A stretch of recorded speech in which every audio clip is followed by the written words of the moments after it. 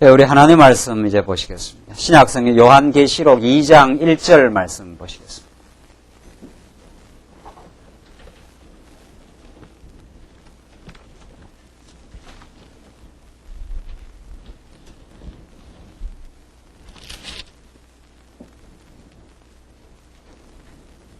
네, 하나님 말씀 요한계시록 2장 1절 말씀입니다.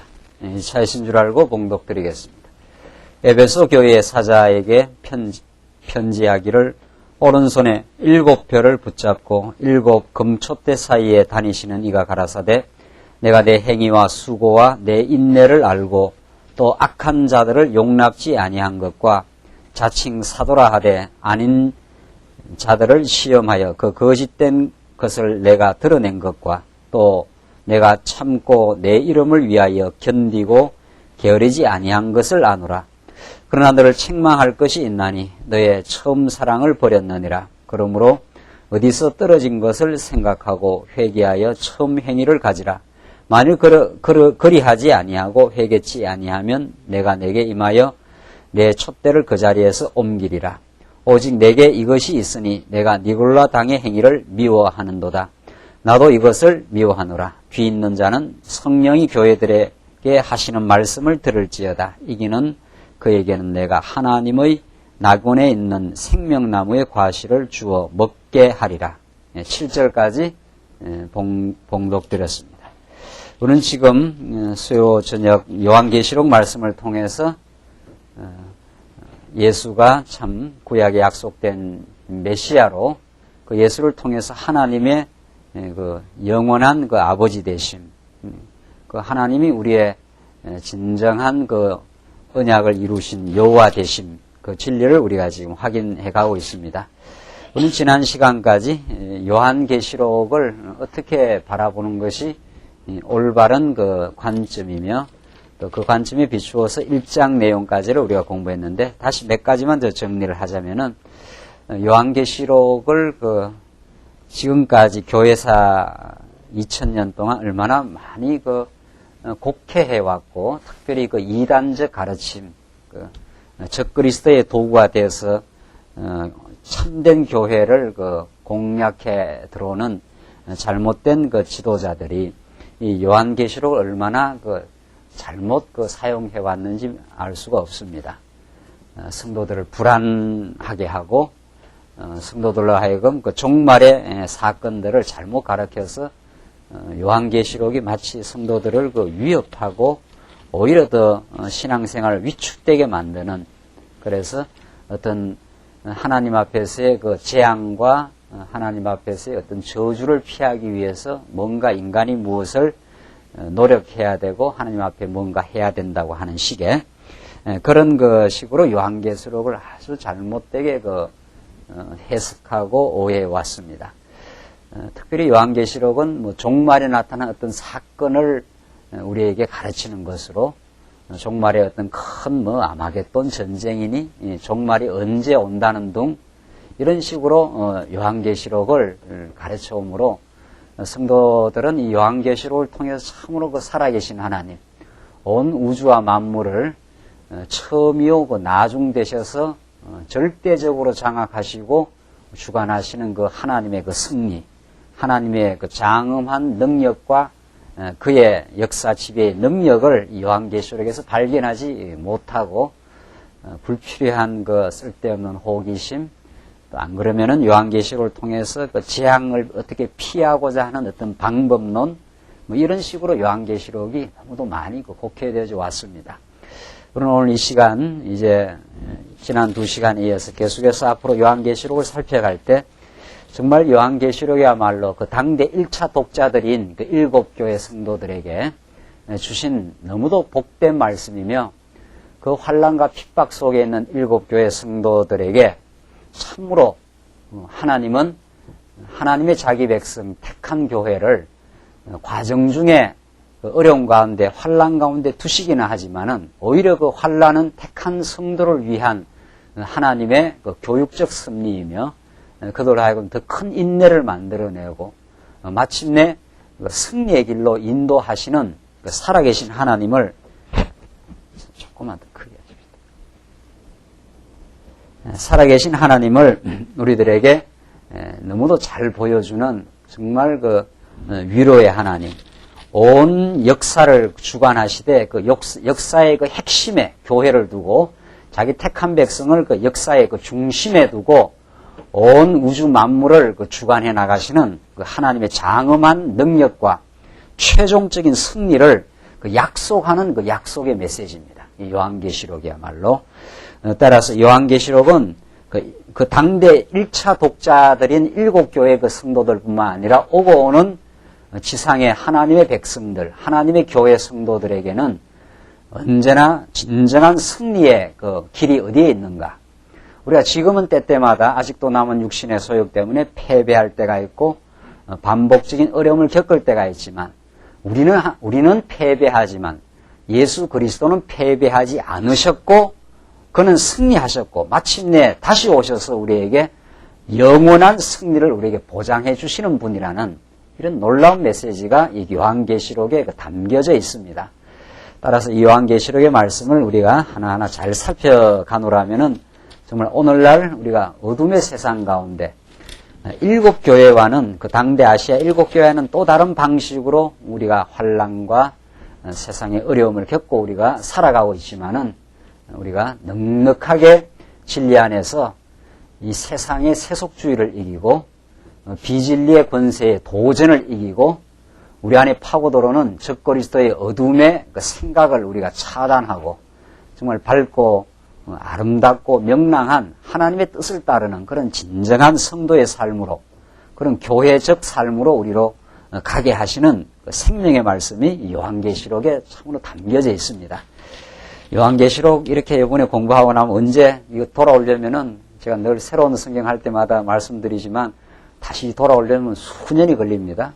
이번 요한계시록 정말 잘 우리가 공부하고 요한계시록의 그 본질을 우리가 파악함으로 정말 우리 신앙생활이 이 땅 위에 살아가지만은 새하늘과 새 땅을 이 땅에서부터 맛보면서 그 승리를 맛보기 위해서는 정말 요한계시록의 말씀을 이번 기회에 바르고 깊이 있게 우리가 상고하고 정말 누리고 이 말씀 안에서 복을 누리시기를 참으로 바랍니다. 우리는 지난 시간 1장 내용 통해서 이제 1장부터 3장까지가 사실은 아주 중요한 그 요한계시록의 그 약속의 메시지입니다. 그리스도의 교훈과 약속입니다. 이미 요한계시록을 이끌어가는 그 출발점인데 그리스도의 교훈과 약속, 7교회를 향하는 교훈과 그 약속의 말씀입니다. 7교회가 다 환난과 어려움에 그 처하고 있는 그 교회들인데 그들에게 위로도 해주시고 그 교훈 속에는 위로도 들어있고 칭찬도 들어있고 때로는 새롭게 되어져야 하기 때문에 그 책망도 들어있고 그런 내용으로 가득 차 있습니다. 그뿐 아니라 최종적으로 너희는 반드시 승리하게 될 것이라는 것을 약속합니다. 이런 교훈과 약속의 그 대전제가 뭐냐 하는 것이 그 요한계시록 우리가 1장을 살피면서 우리가 확인한 내용입니다. 도대체 어떤 분위기에 이런 그 7교회를 향하는 이 복된 교훈과 정말 복된 약속의 말씀을 해줄 수 있느냐는 거죠. 지금 7교회, 아시아 7교회가 그 당대 아시아 7교회가 처해 있는 상황은 이것은 참 현실적으로 봐서 너무도 그 암담한 시대입니다. 7교회가 처해 있는 상황은 왜냐하면은 로마라고 하는 그 강대한 그 최강의 그 제국 그런 그 로마라고 하는 그 제국과 그의 그 통치자 황제들이 기독교를 무섭게 그 탄압하고 있던 그런 시대입니다. 그런 초대교회의 그 핍박과 탄압은 약 한 2세기에 걸쳐져서 굉장히 그 오래 지속되면서 초대교회 성도들을 어렵게 했던 그런 그 시대입니다. 그런 상황에 지금 놓여져 있는 그런 상황 속에서 지금 7교회를 교훈하고 그 승리를 약속한다는 말씀이 1장, 2장 내용, 1장부터 3장까지 내용에 적혀 있다는 거죠.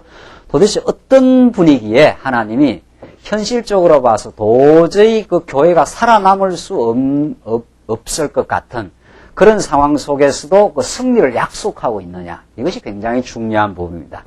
그러니까 요한계시록 1장에서 이 약속을 하시는 분이 어떻게 자기를 지금 계시하고 자기를 지금 설명하고 있느냐. 도대체 하나님이 어떤 분위기에 이런 그 확고부동한 약속을 할 수 있느냐. 이것이 요한계시록을 풀어가는 데 있어 가장 중요한 부분입니다. 그런 그 하나님이 어떠하신 분인가를 물론 4장부터 22장 마지막 요한계시록 끝까지 해서 계속해서 그 나타나고 있지만은 그 대전제 어떤 분에게 그런 그 약속을 할 수 있느냐는 거죠. 이것이 요한계시록을 풀어가는 데에서 가장 그 중요한 부분입니다. 제가 서두에서 이미 말씀드린 바대로 요한계시록은 뭐 종말에 무슨 사건이 어떤 사건이 있느냐는 등, 뭐 언제 예수님이 오시느냐는 등 이런 쓸데없는 그 사기꾼들의 그 가르침에 우리가 넘어가면 안 된다는 거죠. 요한계시록은 창세기부터 요한계시록까지 일관되게 증가하는 하나님이 어떠하신 분이신가.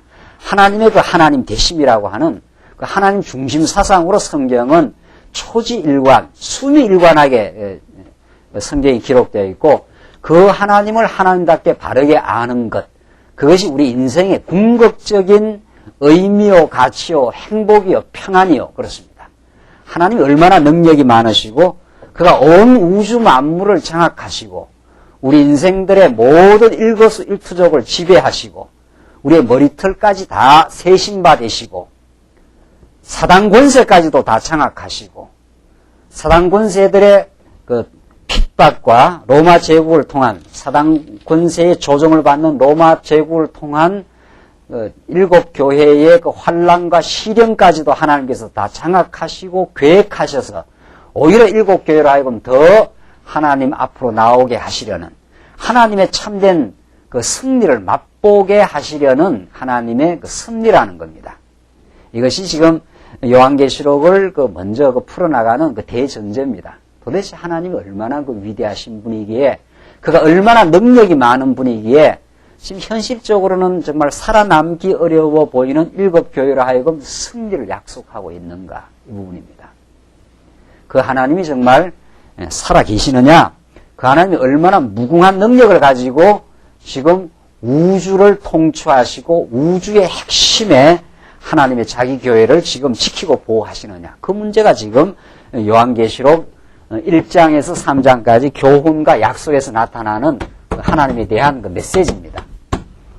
자, 이 하나님에 대한 지식이 우리가 부족하기 때문에 우리는 이 땅에서 흔들리고 이 땅에서도 지금 우리가 염려하고 이 땅에서 걱정하고 환난 속에서 잘 견디지 못하는 것은 그 하나님의 살아계심과 하나님의 그 놀라운 그 능력과 그 무한한 자비하심입니다. 그것이 요한계시록에서 1장부터 마지막 장까지 시종일관 하나님이 어떠하신 분인가를 이 일곱 교회가 당하고 있는 환난을 통해서 지금 보여주시고 일곱 교회로 하여금 무한한 무궁한 그 위로를 해주시는 그 하나님이 이 요한계시록에 그 증거되고 있습니다. 우리는 지난 시간 확인한 대로 나는 주 하나님이 가라사대 나는 알파요 오메가라 이제도 있고 전에도 있었고 장차 올 자요 전능한 자라. 이게 1장 8절에 하나님 자신을 그 표현하는 그 서술하는 묘사하는 방식입니다. 이게 지금 이런 하나님의 그 묘사는 없는 거지요. 어떤 이 우주 안에 있는 존재에 대해서 이렇게 표현하는 건 없는 거죠. 나는 알파요 오메가라. 나는 시작이요 끝이요. 시작이 그 오메가와 같은 점이라는 거죠. 이거야말로 하나님에 대한 최종적인 서술이죠. 내가 알파요 오메가라. 처음이요 나중이라 이 말이죠. 이 우주 안에 존재하는 모든 사건과 역사와 인생의 모든 프로그램이 하나님의 영원한 작정하신 뜻 가운데 계획되고 그대로 진행된다. 그런 뜻입니다. 내가 알파요 오메가라 하는 것은 시작과 끝을 하나님이 다 지고 있는 거니까 말할 것도 없이 과정을 다 주장하시고 인도하시고 섭리하시는 분이시다. 그런 뜻입니다. 그게 알파요 오메가라. 그런 하나님이 내가 일곱 교회를 쥐고 지금 그들을 붙들어서 교훈해서 내가 그 성장의 길로, 승리의 길로 내가 반드시 인도해 가겠다 하는 그 약속을 할 수 있는 분이 그 하나님이십니다. 능력이 있어야 그 약속을 한다는 거 아닙니까? 그분이 또 신실하기 때문에 약속을 하고 약속을 이루신다는 겁니다. 이것이 나는 알파요 오메가라 이런 뜻입니다. 내 모든 작정 속에 인생과 역사와 모든 제국의 흥망성쇠가 내 손에 달려있다. 지금 그 말이죠. 이게 얼마나 그 일곱 교회를 향한 무궁한 그 위로의 원천이 됩니까? 일곱 교회가 당하고 있는 현실은 언제 죽을지도 모르고 어떤 지금 더 심각한 환란을 겪어야 될지도 모르고 지금 쭉 읽어 나오면 그래요. 옥에 갇히는 환란을 너희가 지금 겪게 됐는다. 너희가 지금 말할 수 없는 지금 환란과 궁핍 속에 너희들이 지금 살아가고 있다. 뭐 이런 내용들을 그 일곱 교회 하나하나 거론하면서 다 밝혀줍니다. 그러나 이기는 자들에게는 하면서 너희가 반드시 이길 것을 약속해 줍니다. 그 이길 수 있는 능력을 가지고 있는 분, 그 능력을 부여해 주는 분이 내가 알파요 오메가인 존재의 시작과 끝을 다 알고 계시고 그것을 결정해 놓으신 분이다. 이런 뜻입니다. 그게 하나님의 작정 사상이요, 하나님의 절대 주권 사상입니다. 성경이 말하고 있는. 이것을 우리가 성경에서 요한계시록에서 깨닫고 참으로 그런 하나님이 내 인생의 처음과 나중을 다 아시고 작정해 놓으신 분이 내 삶을 주관해 가신다. 우리 광야교의 시작과 과정과 마침내 예수님 오시는 날까지 인도될 모든 과정을 하나님께서 정해 놓으시고 인도해 가시는 분이시다.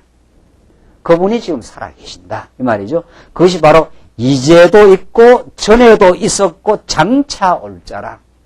이게 하나님의 살아계심에 대한 표현입니다. 내가 살아있다. 이렇게 하면 너무 좀 싱겁지 않아요? 그러니까 이제도 있고 전에도 있었고 장차는 마침내 내가 그리스도를 통해서 하나님의 현현 다 나타나실 것이다. 그래서 너희를 지금 괴롭히는 모든 사단 권세를 전부 괴멸해버리고 너희들을 새하늘과 새 땅으로 다시는 눈물이 없는 죄악의 권세에 시달림이 없는 그 세계로 인도할 것이다. 그 하나님이 지금 너에게 승리를 보장해 줄 것이다. 지금도 그 승리를 맛보게 할 것이다. 그가 죽었으나 부활하신 분이고 그가 너희와 함께 계시고 장차 오실 분이 아니라 지금도 살아계셔서 말씀으로 오시고 있는 분이다. 그런 뜻입니다. 여러분과 저에게 지금 오시고 있는 분, 지금 와 계시는 분 이런 뜻이에요. 그러니까 예수님은 장차 오시기만 하는 게 아니라 성령을 통해서 지금 여러분과 저에게 어떻게 해요? 오시고 있는 분입니다. 지금 찾아오시고 우리를 위로하시고 우리를 새롭게 하시는 분이에요. 그게 만물을 새롭게 하노라 하는 그 하나님의 약속은 최종적으로 새하늘과 새 땅에서뿐만 아니라 지금 우리를 새롭게 하십니다.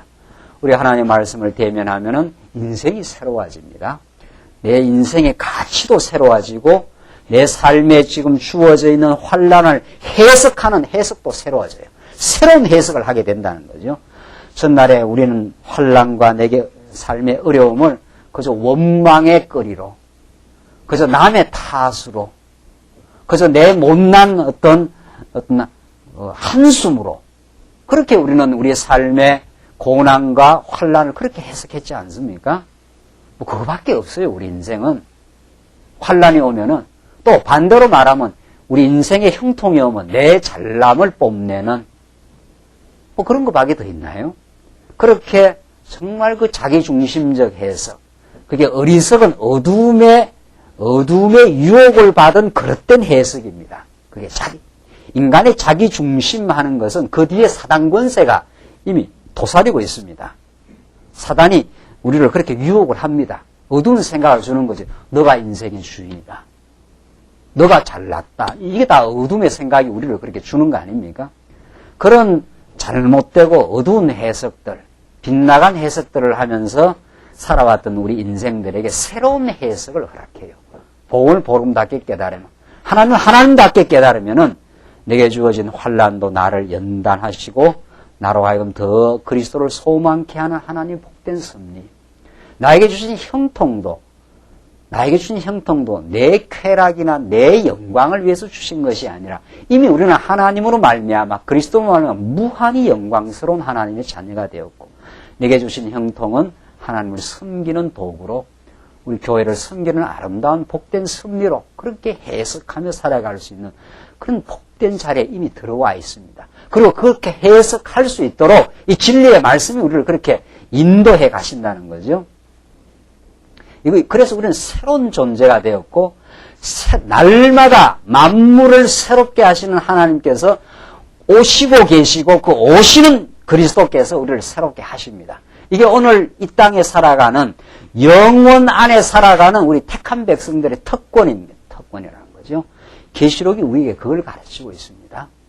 그러니까 계시록은 이 땅에서는 고생이나 하다가 예수님 오셔야 천국 간다. 이런 이분법적 이런 그런 세계관이 아니라는 거죠.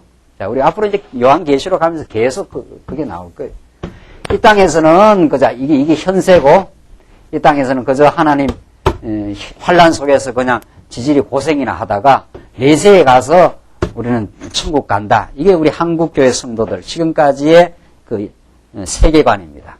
이게 딱 나누어진 거죠. 그게 아니에요. 이 땅에서 우리가 환란 속에 있지만은 장차 오실 영원한 새나라 새하늘과 새 땅을 이루실 예수님이 지금 오시고 있다는 거죠. 지금. 이게 중요해요. 성령을 통해서 지금 우리와 함께 하시고 지금 말씀으로 우리에게 다가오시고 그의 살아계심을 우리에게 말씀을 통해서 우리에게 보여주시고 이제도 있고 전에도 있었고 장차 올 자라 이렇게 해요. 그 자가 지금 우리와 함께 하시고 지금 오시고 있다는 거죠. 그런 하나님을 우리는 대면하고 그런 지금 인도 속에 우리가 지금 살아가고 있다는 거죠. 자, 그래서 우리는 요한계시록의 말씀 이것이 그저 종말 때나 이루어질 어떤 사건으로 이렇게 우리는 볼 수 없다는 거죠. 물론 종말 때 하나님께서 처음이요 그 나중이신 하나님께서 종말 때 최종 승리를 그리스도를 통해서 승리를 보여주신 그 그리스도는 지금 우리에게 오시고 있고 지금 우리와 만나주시고 있고 지금 말씀을 통해서 그의 자비하심을 드러내고 있고 환란 속에 두신 하나님의 뜻을 우리에게 가르쳐 주시는 분입니다. 그런 하나님을 우리는 그런 그리스도를 우리는 계시록에서 우리는 확인할 수가 있습니다. 자, 그런 전제를 가지고 2장 내용 이제 조금 더 구체적으로 보십시다. 자, 그런 하나님을 우리 1장에서 이미 서론적으로 소개를 하고 2장에서는 2장, 3장 내용이 성령께서 이제 아시아 7교회에 대해서 구체적인 교훈과 약속을 해 주십니다. 자, 1장이 그러니까 다시 정리하시면 1장은 이런 교훈과 약속을 하신 분이 어떤 분인가 하는 것을 서론적으로 밝혔다는 거죠. 처음이요, 나중이요. 이제도 계시고 전에도 계셨고 장차는 올 자라. 그가 전능한 자라. 그 하나님을 서론적으로 밝히고 그 하나님이 약속을 할 수 있는 권리가 있는 거지요. 권세가 있는 거지요. 그가. 모든 만물을 주관하시고 처음과 나중을 주장하시는 분이니까 약속을 할 수 있다. 이 말이죠. 그가 7교회를 사이를 다니시면서 7교회를 다 돌보고 다스리는 분이십니다. 그걸 지금 첫 번째 에베소 교회를 교훈하시면서 밝혀줍니다. 자, 우리 2장과 3장에서 7교회의 7교회를 하나님께서 다양한 방식으로 그 교회에 적합한 상황에 정말 맞게 하나님께서 그 교훈을 해 주십니다. 참 이런 거 보면 하나님께서 얼마나 이건 뭐라고 해야 돼? 표현해야 됩니까? 좋은 교사는 그 원리를 가르치되 그 사람에게 적합한 그 교훈과 상담을 해 줍니다. 그렇죠? 예. 이 사람은 이런 그 상황에 비추어서 원리는 똑같지만은 그 사람의 적합한 또 그 사람의 믿음의 분량에 알맞은 그런 그 상담과 교훈을 해야 그 사람한테 그 의미가 있는 거죠. 그렇죠. 그 사람의 그 처지를 잘 알아서. 그게 사실은 우리 교회 교제라는 것도 그렇습니다. 교제라는.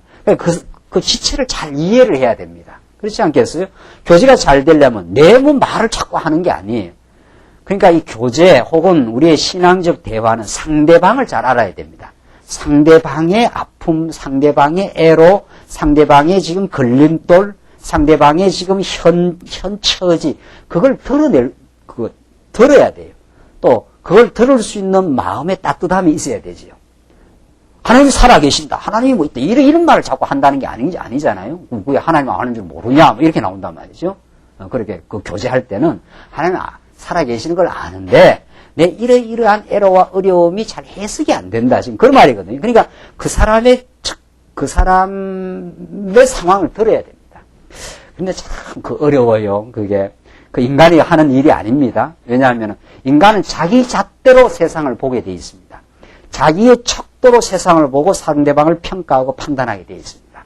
그 자기 잣대를 내려놓고 하나님의 심정과 하나님의 마음으로 성도를 용납하고 바라보지 않는 한 상대방을 우리는 이해할 수가 없습니다. 그 인간이 하는 일이 아닙니다. 그러니까 언제나 우리가 강조하지만 우리 성도와 하나님 안에서 나와 너라는 성도가 교제가 이루어지는 것은 하나님을 떠나면 안 된다는 거예요. 진정한 교제가 안 된다는 거예요. 서로의 주장과 서로의 자기 세계를 그저 부과하고 강요할 뿐입니다. 나는 이렇게 생각한다. 저는 저렇게 생각한다. 이렇게 될 뿐이에요. 그러니까 여기서 진정한 그 만남이 이루어지지 않습니다. 그러니까 만남은 언제나 그리스도 안에서 나와 너를 하나 되게 하시는 지체로 삼으시는 그리스도 안에서 진정한 이해와 만남이 가능한 거거든요. 그리스도를 중심으로 봐야 그 영혼의 상태를 아는 거죠. 그게 우리의 교제이듯이 그것이 우리의 뭐 신앙의 상담이라면 상담이고 상대방을 이해하는 것이라면 이해하는 것이듯이 하나님이 우리를 그렇게 잘 상담해 주시고 정말로 하나님이야말로 그 보혜사 성령을 그 신약 성경에서 번역을 할 때 그 파라클레이토스라는 그 헬라어를 그 영어로 번역할 때 카운셀러로 그렇게 번역을 했습니다. 그 상담자로. 그 상담자는 우리 곁에서 언제나 우리가 공부하고 힘들어할 때 우리를 일깨워주고 우리의 나아갈 바를 밝혀주고 우리에게 지혜를 가르쳐주는 상담자로 그렇게 번역을 그렇게 했어요. 그 성령 하나님을 보혜사 성령을 카운셀러 더 홀리 스피리트 이렇게 번역을 한 거예요. 그 번역이 뭐 괜찮아요. 그 번역이 정말 성령은 우리와 늘 함께 하시고 우리가 공부하고 힘들 때 하나님의 말씀을 통해서 우리에게 그 상담해 주시는 분입니다. 괜찮아. 그 환란이 너를 향하는 하나님의 뜻이야. 이렇게 자꾸 하나님 성령께서 우리에게 말씀하시는 거죠. 말씀을 통해서. 자, 그런 것처럼 정말 하나님은 그 하나님이야말로 위대한 상담자요. 하나님이야말로 우리의 처지와 입장을 너무도 잘 아시는 분입니다. 그래서 그에 적합한 그 교훈과 말씀과 위로를 주시는 분입니다. 그 7교회를 우리가 지금 이렇게 잘 공부하고 분석해보면 그렇게 딱 나와 있습니다. 하나님께서 7교회의 각 처지마다 하나님께서 그 7교회는 이렇게 돼 있어요. 7교회를 말씀하는 그 하나의 그 패러다임이 있습니다. 그 패턴이 있어요. 첫째는 그리스도에 대한 소개가 나오고, 둘째는 칭찬, 주로 뭐 그런 게 나오고, 그 다음에는 뭐 책망하는 내용도 나오고, 그 다음에는 마지막 승리의 그 약속이 나오고 이렇습니다. 이것이 7교회에게 주시는 그 말씀의 패턴입니다. 패턴이 이렇게 갑니다. 그리스도를 소개합니다. 뭐 여러 방식으로 소개합니다. 여러 방식으로. 내가 뭐 7손에 7별을 붙잡고 7금초대 사이로 다니시는 분이 이렇게 하면서 그리스도가 교회를 다 주장하시는 분, 뭐 이렇게 표현도 하고, 또 처음이요 나중이신 분, 뭐 이렇게 표현도 하고, 그리스도에 대한 그 묘사가 다 교회마다 다릅니다. 그것도 다 의미가 있는 거죠. 그것도. 그리고 그렇게 표현을 하고 나서는 이제 그 교회가 믿음 안에서 잘 인내한 것이 있으면 인내한 것을 칭찬해주고, 또 충성한 것이 있으면 충성한 것을 칭찬해주고, 그리고 나서 더 성장해야 될 부분을 꼭꼭 찝어줍니다. 그게 책망의 내용입니다. 그게 참, 이 부분이 우리는 늘 있는 거지요. 우리 성도에게는, 우리 택한 백성에게는, 하나님의 자녀에게는 하나님이 우리를 인도해 가시고 키워 가시기 때문에 하나님이 사실은 칭찬도 그 칭찬의 그 내용도 누가 만든 겁니까? 알고 보면은. 그것도 하나님이 만든 거지요. 우리가 자식이 가서 학교에서 공부 잘하면은 그 칭찬해 주는데 사실은 공부 잘하는 그 머리는 어디서 나왔습니까? 그 머리는 그것도 뭐 부모로부터 나온 거고, 또 공부할 수 있는 석관도 만들어준 거고, 뭐 선생님도 붙여준 거고, 뭐 그렇게 해서 다 공부 잘하는 거 아니에요? 자, 그렇게 해서 사실은 칭찬 내용까지도 다 하나님의 선물인데, 자, 우리가, 그 칭찬을 일단 해주고, 그 다음에 뭘 합니까? 예, 책망을 꼭 해줍니다. 책망을. 이 참 중요한 부분이죠. 넌 이런 거 참 잘했다. 또 이런 거는 참 더 잘 해나가기를 그렇게 바란다고 격려하는 거죠. 그렇게 해주고, 이러이러한 부분은 너가 많이 갱신돼야 될 부분이다. 이런 건 너희가 많이 이제 보완해야 될 부분이다. 뭐 그렇게 하는 거 아닙니까? 그러니까 얼마나 이 밸런스가 잘 잡혀 있습니까? 너무 칭찬만 해도 사람이 뜨고, 또 칭찬 안 해주고 너무 어떻게 책망만 해도 기가 죽고 그럴 거 아니에요? 이 하나님이 정말 탁월한 교육자예요. 예. 하나님 정말 상담가고 정말 교육자고, 우리 오늘 이 말씀을 통해서 우리가 정말 많은 교훈을 받고, 정말 하나님께서 우리 광야교회를 또 우리 말씀운동 우리 성도들을 하나님께서 지금까지 키워오고 인도해 주신 부분 가운데 하나님의 그 능력과 은혜로 우리가 지금 해나가고 있는 부분도 있을 거고, 또 우리가 더 극복하고 더 갱신하고 더 성장해야 될 또 칭찬을, 책망을 따끔하게 좀 받아야 될 부분도 있을 거고, 그거 다 우리한테 다 좋은 거죠. 그렇죠? 다 우리에게 다 필요하고 좋은 거 아니겠어요? 이게. 그리고는 마침내 너희들 지금 어려운 가운데 지금 진행되고 있지만 승리한다. 이렇게 돼 있어요. 이게 패턴입니다. 7교회를, 이런 패턴을 가지고 한 교회마다 얼마나 그 적합한 그 말씀을 주시는지 모릅니다. 우리는 이 내용을 다 우리에게 주시는 말씀으로 잘 소화하고, 정말 잘, 이런 그 패턴에 비추어서, 우리를 잘 성찰하고 정말 생명의 양식으로 받기를 바랍니다. 한번 보십시다. 에베소 교회의 사자에게 편지하기를, 2장 1절 에베소 교회입니다. 오른손에 7뼈를 붙잡고 7 금촛대 사이에 다니시는 이가 가라사대. 이렇게 되어 있어요. 자, 이제 교훈과 책망을 하는, 교훈과 이제 약속을 하시는데, 그 약속하시는 그 주체가 누구냐 이거죠. 이미 우리가 서론에서 말씀드린 대로. 그런 약속을 하는 분이 어떤 분이 그 약속을 하느냐 하면은, 오른손에 7뼈를 어떻게 해요? 붙잡고, 7뼈를 7뼈의 사자라 그랬어요. 메신저들이죠. 그리고 7 금촛대 사이에 다니시는 이가 가라사대. 7 금촛대가 다 7 교회입니다. 그 사이를 다니시는 분.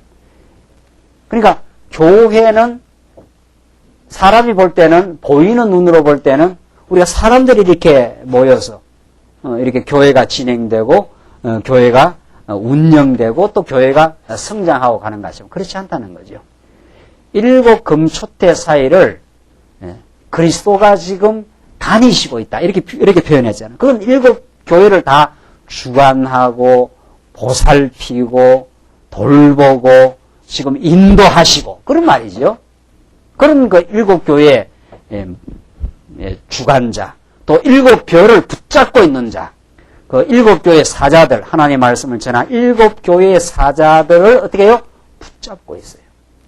붙잡아서 하나님 말씀을 증거할 수 있도록 그렇게 하나님께서 그 인도해 가신다는 거죠. 이 하나님이 그리스도의 머리 되심, 교회의 머리 되시고 주관자 되심을 이렇게 잘 그 표현을 해주고 있습니다.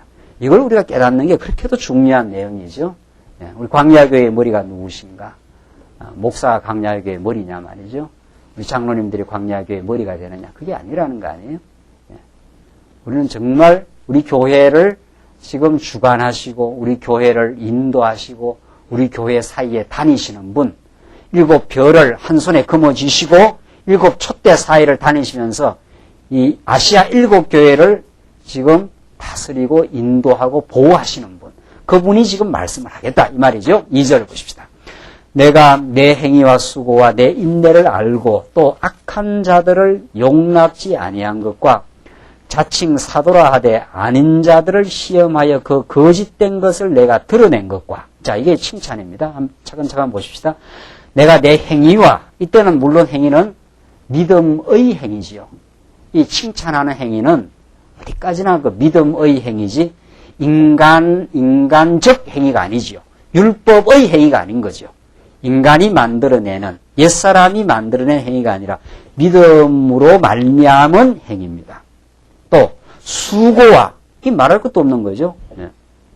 데살로니가서의 그 수고 앞에 그 사랑의 수고라 이렇게 되지 않았어요? 데살로니가 1장 보시면은 우리가 진리를 위해서 우리 교회를 위해서 수고하는 것은 전부 그 사랑이 대전제입니다.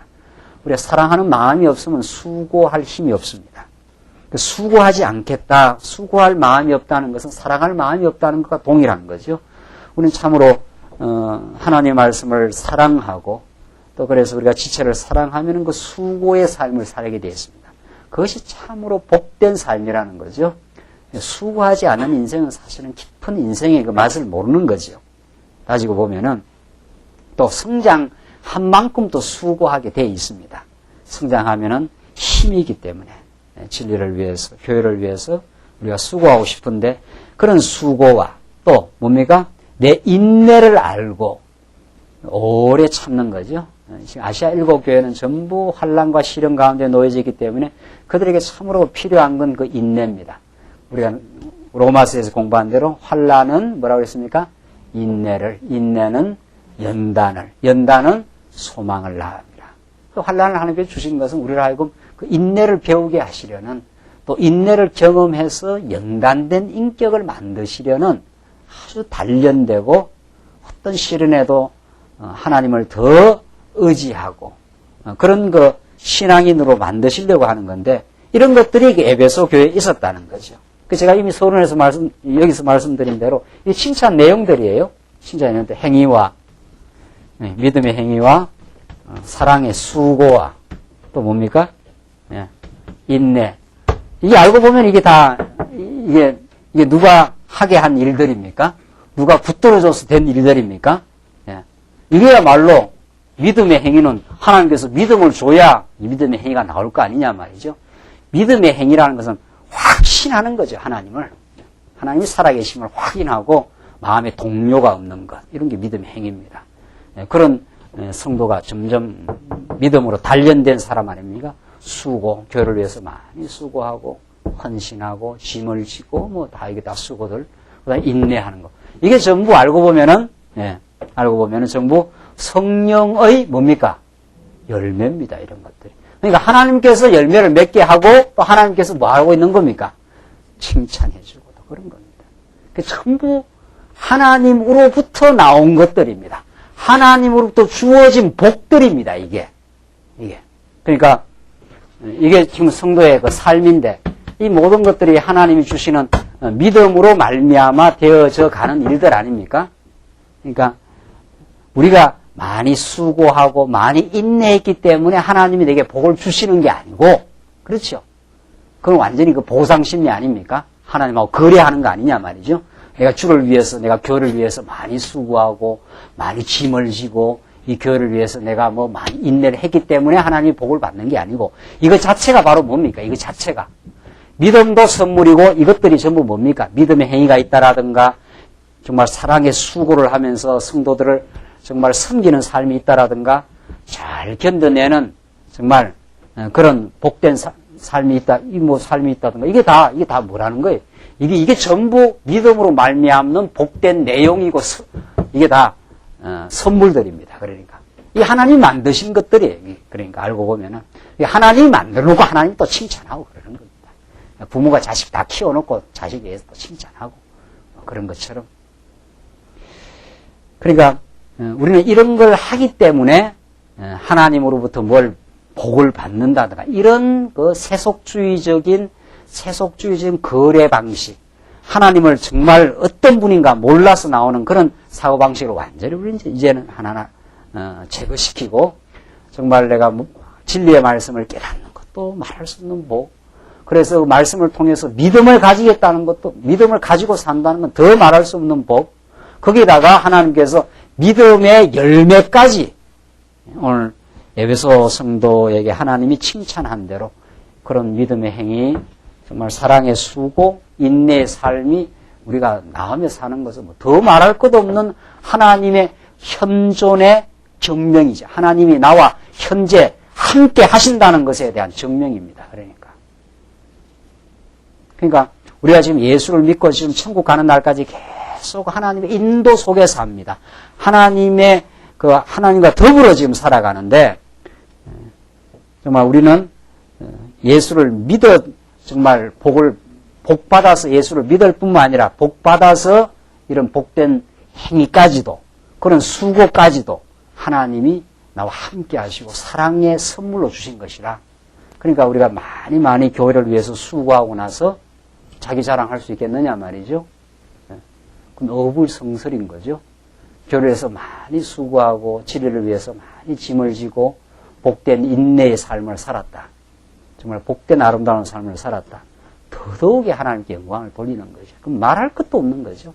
그래서 요한계시록 조금 뒤에 가면 모든 권세와 모든 능력과 존귀와 영광이 세세 무궁토록 하나님 여호와께 있을지어다.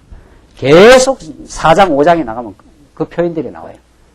천군 천사와 전부 더불어 하나님에게 영광을 돌리는 일. 하나님 우리에게 너무도 복을 주셨고 우리에게 너무도 놀라운 것으로 채워주셨습니다. 그러니까 예수를 믿을 뿐만 아니라 주를 위해서 살 수 있는 그런 복된 수고의 삶을 살게 하셨습니다. 하나님께서 그런 우리 행복과 기쁨, 이게 다 행복과 기쁨입니다. 이게 행복하니까 이런 일이 또 가능한 거죠. 이게 다 복된 내용들입니다. 이것을 지금 에베소 교회에게 지금 칭찬해 주는 거죠. 알고 또 악한 자들을 용납지 아니한 것과 자칭 사도라 하되 아닌 자들을 시험하여 그 거짓된 것을 내가 드러낸 것과, 이거 아주 중요합니다. 자, 그 행위, 수고, 인내 이런 것은 그 신앙에 단련된 연단된 어떤 삶의 모습이고, 그 뒤의 모습은 악한 자들을 용납지 아니한 것과 자칭 사도라 하되 아닌 자들을 시험하여 그 거짓된 것을 내가 드러낸 것과, 이건 아주 진리 분별입니다. 이거는 이 진리 분별과 물론 이런 믿음의 삶들이 구분되지는 않아요. 다 진리 분별로 말미암아 되어지는 일인데 이제 조금씩 구별하자면 그렇다는 거죠. 그 뒷부분이 바로 그런 겁니다. 악한 자들을 용납지 아니한 것. 이때 악한 자들은 불택자들, 비진리를 교회 안으로 끌고 들어오는 자들, 이런 자들이죠. 그 자들을 용납하면 안 된다는 거죠. 이게 진리 투쟁입니다. 이게. 오늘날 교회 안팎으로 얼마나 많은 그 비진리들이, 어둠의 권세들이 횡행하는지 모릅니다. 그것을 잘 분별하고 잘 진리의 말, 그러니까 여러분과 제가 오늘 이 계시록의 말씀을 통해서 정말 우리를 승리의 길로 인도하실 그리스도, 어린 양 예수 그리스도만이 교회를 승리의 길로 인도하신다는 이런 확고하고 분명한 이 진리의 말씀으로 무장하지 않으면 자꾸 흔들린단 말이죠. 자꾸 다른 인본주의적인 그 생각과 인본주의적인 신학 사상이 우리 주위에는 막 꽉 들어차 있습니다. 지금. 그런 사상들이 우리를 얼마나 넘실대면서 들어오는지 모른다네. 그걸 잘 분별해서 용납하면 안 돼요. 비진리는 용납하면 안 되는 거예요. 택한 백성들끼리는 어떤 허물도 용납하는 것이 우리 신앙의 원칙이지요. 그렇죠? 그 7번에 70번이라도 용서하라. 이게 이제 우리 택한 성도들의 그 삶의 이상입니다. 그쪽으로 향해서 우리가 가고 있는 거지요. 정말 우리 그리스도의 넘치는 사랑이 우리에게 있다면은, 그러나 이 진리와 비진리의 문제는 너무도 예리한 부분입니다. 이건 아주 면도날처럼, 칼날처럼 예리해야 되는 부분이죠. 그 사도 바울의 삶이 그렇습니다. 사도 바울은 진리 문제에 대해서는 일체 타협이 없고 목숨을 걸고 싸우죠. 그 유대주의자들하고. 그래 싸운 거 아닙니까? 사도 바울이 약간만 타협했으면 그렇게 어려움을 안 겪습니다. 그들의 주장을 용납해 준다든가, 사도 바울의 그 강직한 진리 선포를 약간 누그러뜨린다든가, 이러면 그 유대주의자들하고 그 어려움을 안 겪습니다. 격돌하지 않는 거죠. 사도 바울이 죽기까지는 먹지도 마시지도 않겠다는 그런 결사대가 조직되지 않아요. 그게 왜 그렇습니까? 진리의 예리함을 그대로 갖고 있기 때문에 그래요. 그래서 그 비진리를 용납하지 않습니다. 진리를. 그러니까 자칭 사도라 하되 아닌 자들을 시험하여 그 거짓된 것을 내가 드러낸 것과 하지 않았어요. 그 자칭 사도라 하는 자들이 그 당시에 얼마나 많은지 모르죠. 나도 예수님으로부터 직접 사도다 이런 거죠. 우리 말씀운동에서 그런 거 많이 있잖아요. 내가 말씀운동 초기 멤버다 이런 거예요. 초기 멤버라 우멤버라도 그 사람이 지금 진리를 제대로 깨닫고 있느냐. 그걸 테스트를 해봐야 되는 거죠. 테스트를 해봐야 돼요. 그 테스트를 해본다는 게 다른 게 있는 게 아니에요. 여러분과 제가 오늘 이렇게 말씀을 확고하게 체계적으로 잘 깨달아가면 그게 이미 테스트의 기준을 여러분과 제가 이미 소유하고 있는 겁니다. 아, 말씀이 말씀대로 잘 증거되는구나 라든가 이게 정말 우리가 복된 말씀으로 하나님 중심으로 교회 일을 판단하느냐 뭐 이런 거라든가 더 구체적으로 말한다면 그게 다 진리 안에서 지금 진리와 비진리를 그 테스트하고 있는 중입니다. 그 테스트는 여러분과 제가 1차적으로 테스트를 받는 거죠. 하나님 앞에서.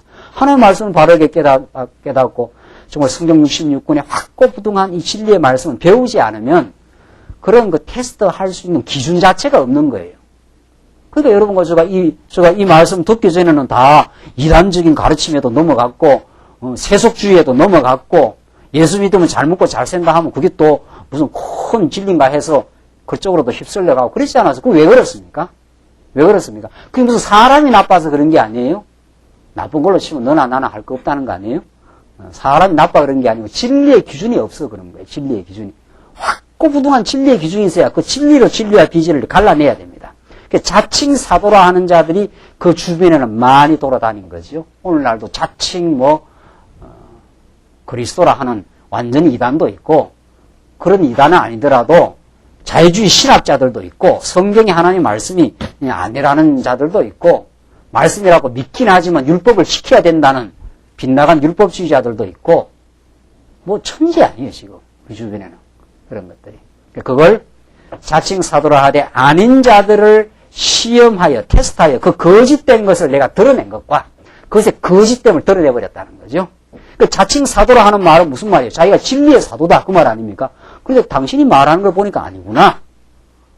그걸 그 분별해내는 힘입니다. 이게 에베소 교회에 있었다는 거예요.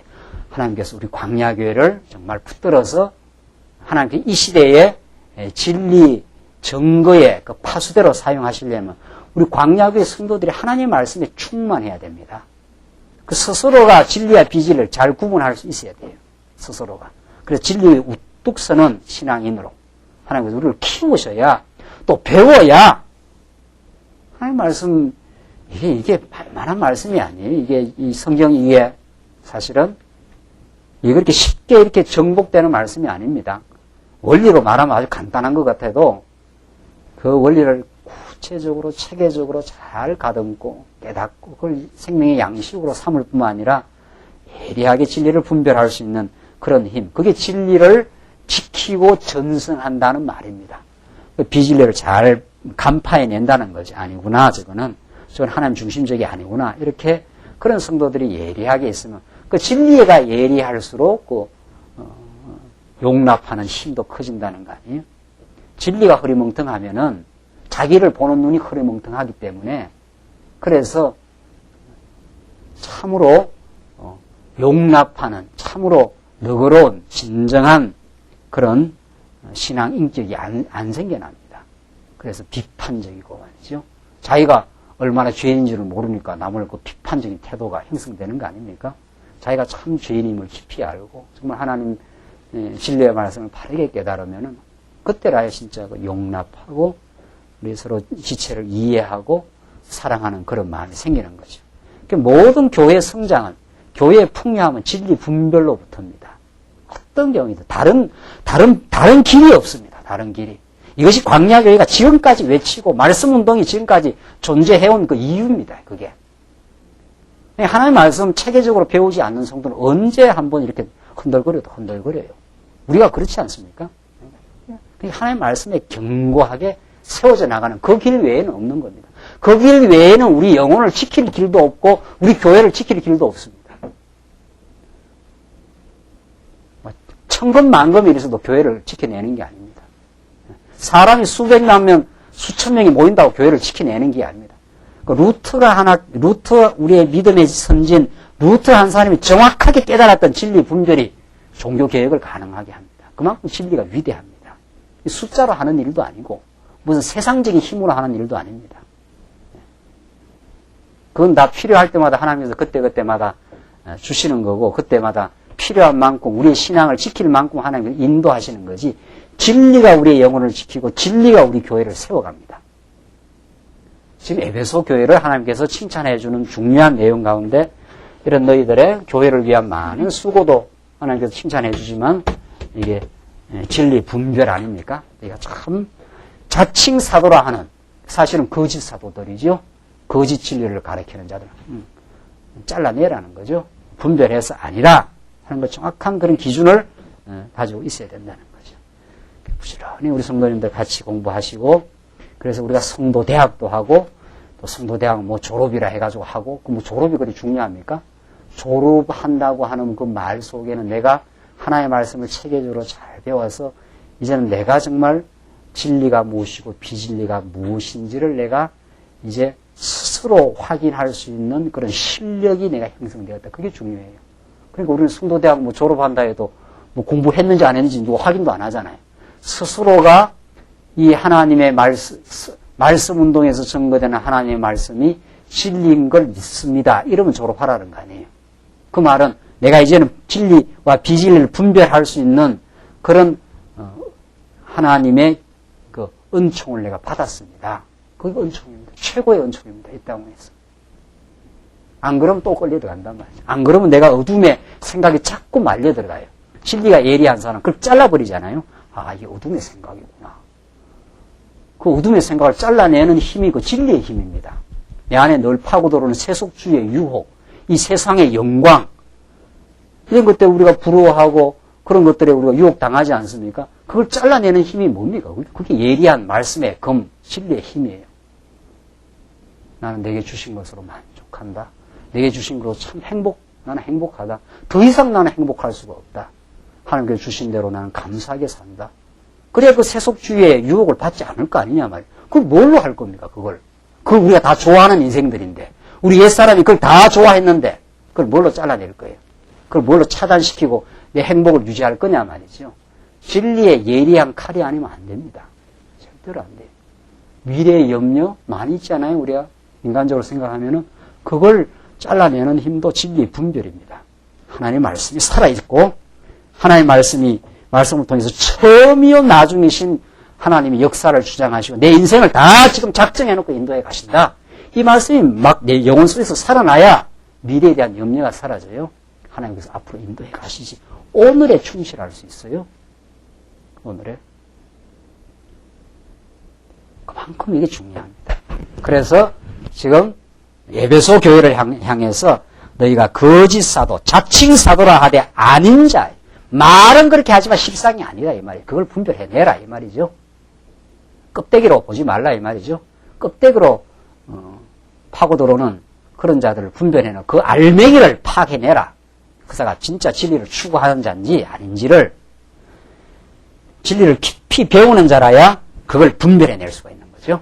그러니까 결국은 그 진리의 감각을 가지고 있는 사람이 그 일을 하는 겁니다. 결국은. 그게 하나님의 놀라운 복이라는 거죠. 너희가 참 이 복을 받았다 그 말입니다. 우리는 광야교회가 이 복이 있기를 바라는 거죠. 정말. 우리 광야교회 소속된 성도님들이 이 복을 누리고 이 교회를 지키고 뭐 교회는 뭐 관두고 자기 영혼을 지키고 우선 자기 영혼부터 지켜야 될 거 아니에요? 자기 영혼이 자꾸 마음에 염려와 걱정이 있으면 그게 흔들리는 거 아니냐 말이죠. 그렇게 견고하게 지켜나가는 것. 3절. 또 내가 참고 내 이름을 위하여 견디고 게으르지 아니한 것을 아노라. 이거 보십시오. 이건 다 또 진리 분별로 말미암은 다시 그 삶의 그 열매들입니다. 오래 참고 그 앞에 인내 나왔지 않았어요? 그 인내라는 게 이렇게 우리 신앙생활에 소중한 겁니다. 또 하나님 주시는 선물입니다.